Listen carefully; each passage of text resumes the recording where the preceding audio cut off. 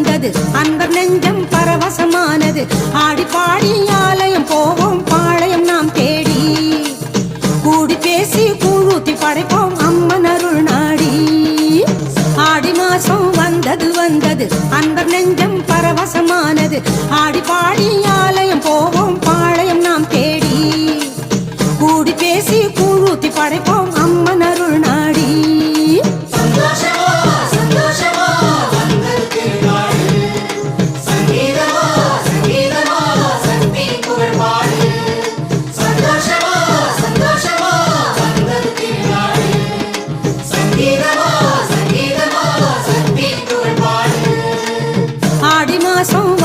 வந்தது அன்பர் நெஞ்சம் பரவசமானது.